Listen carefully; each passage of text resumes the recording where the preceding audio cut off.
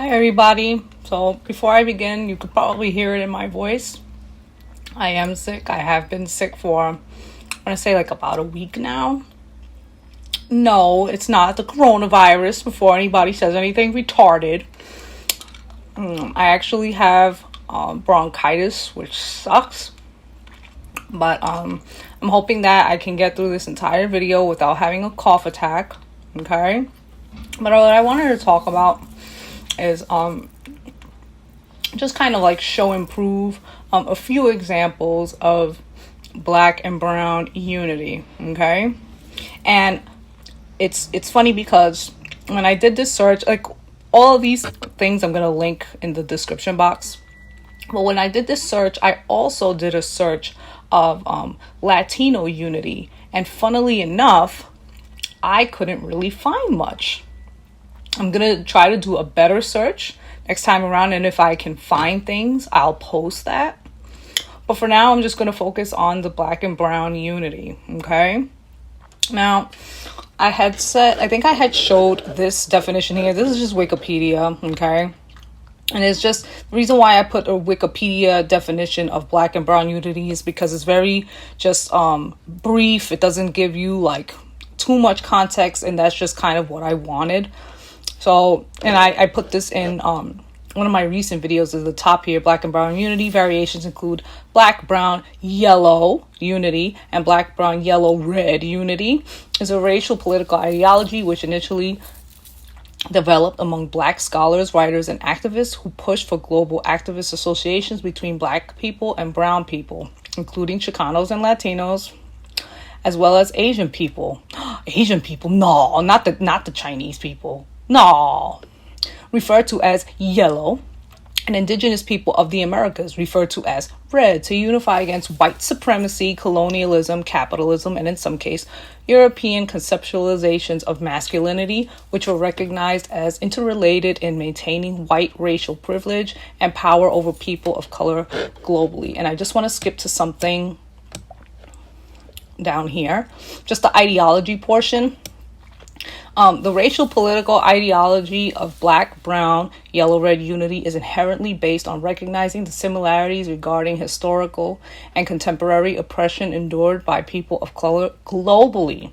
Scholars examining this racial political ideology examine histories to demonstrate how the social and economic oppression of various groups of people of color are not isolated from one another, but rather share many similarities.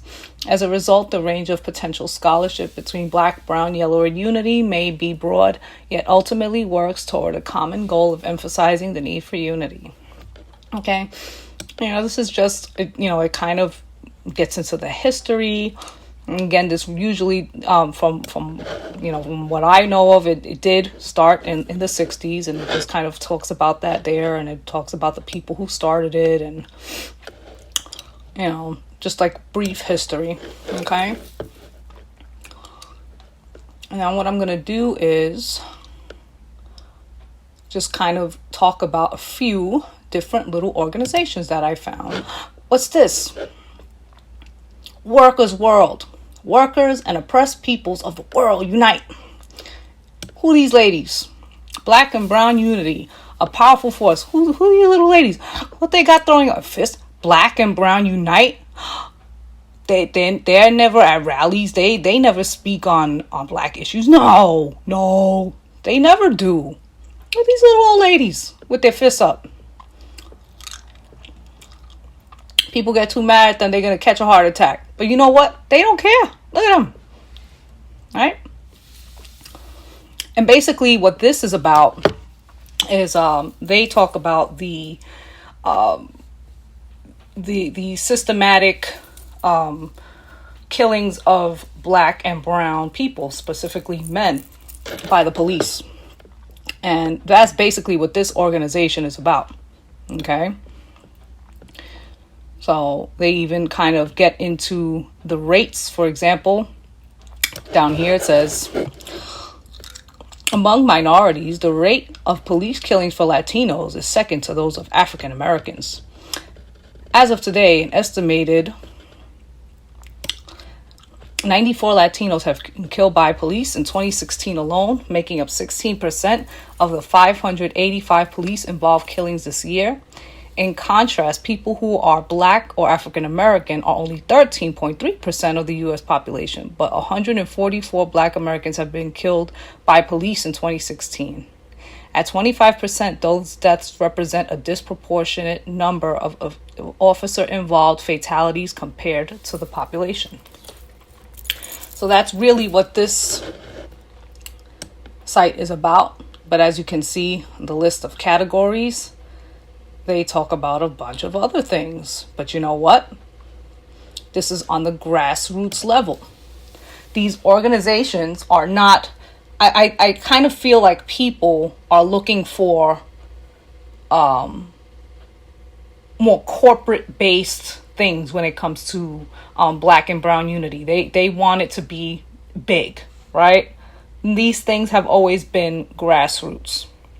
As a matter of fact, I think if people genuinely want to have coalitions, I think the best way to start them is to just start them. Meaning you gather people who are of like minds and have the same ideologies or similar ideologies as you. They have a common goal in mind, and you gather with these people and you share thoughts and ideas. And then what's going to happen is people are going to have ideas of how to raise money and how to spread the word and how to do things and how to market yourselves. That's how you start. That's how these things always start. Okay. Here's another one. This one is called Beloved Community Center. Okay. And this, it's a community-based grassroots empowerment-oriented organization rooted in Dr. Martin Luther King Jr.'s legacy of proactive struggles for racial and economic justice, democracy, and beloved community. The BCC is committed to grassroots empowerment, especially among minorities, within the context and spirit of forging a beloved community for all residents. Drawing deeply from life and work movement leaders such as Dr. Martin Luther King Jr., Ella Baker, in conjunction with over 50 years of connected struggle in and around Greensboro, the Beloved Community Center of Greensboro's connection to the social justice movement started long before its official founding 20 years ago.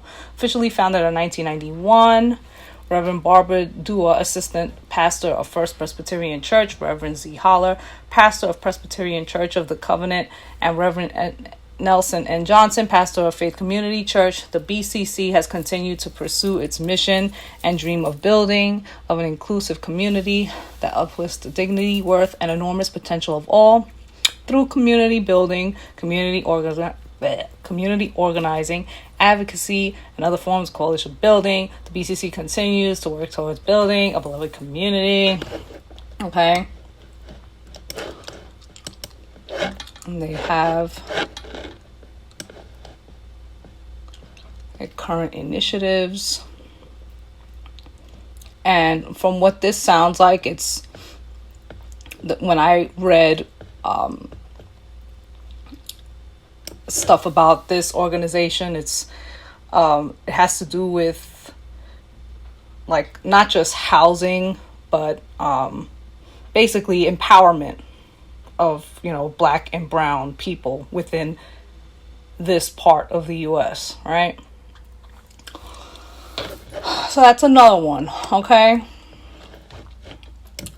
And then this one, bam. New York State Association of Black and Puerto Rican Legislators, Inc. All right. And the person who told me about this one is my husband. Why? Because he had a meeting with one of these people recently. But I'm not going to say who. But, yeah. And as you can see, you see the assembly, you see the names. There's Latin names. Catalina Cruz, Carmen de la Rosa, Felix Ortiz, and John Liu. I love John Liu. Oh my God, John Liu is the freaking bomb. John Liu is like that. It's like, I think this is like the only Asian name that I see in here. But yeah, I remember John Liu. John Liu has been in this type of work for a very long time. I remember in 2006, I don't know how old everybody is that watches this channel, but there was a young man named Sean Bell in 2006 who was shot, I think, like over 50 times or whatever, by police. And he was just coming out of a club unarmed, completely unarmed, and just shot him to death, right? And I remember John Liu being one of the people that was like advocating for his family. And excuse me, I remember seeing him on New York One, speaking out against police brutality. And I remember thinking, oh my God, he's so cute. Not only that, but like he really cares. You know, I heard some not so great things about him recently, but I do believe that he does care about these communities, and he's not of the community. Okay. And that's something that I think that we also have to like take into consideration. Now, when you talk about allies, you are going to find people of other groups who want to be allies, and that who do, you know, they do care about your cause. And you want those people. It's better to have people like that within your cause than to have people that are there half-assed, you know, just because they're the same skin tone, just because they're the same quote-unquote race, right? So I think that we always have to take allies into consideration when it comes to, like, you know, who your allies are. That there really are allies that don't particularly belong to your group. My husband is one of them.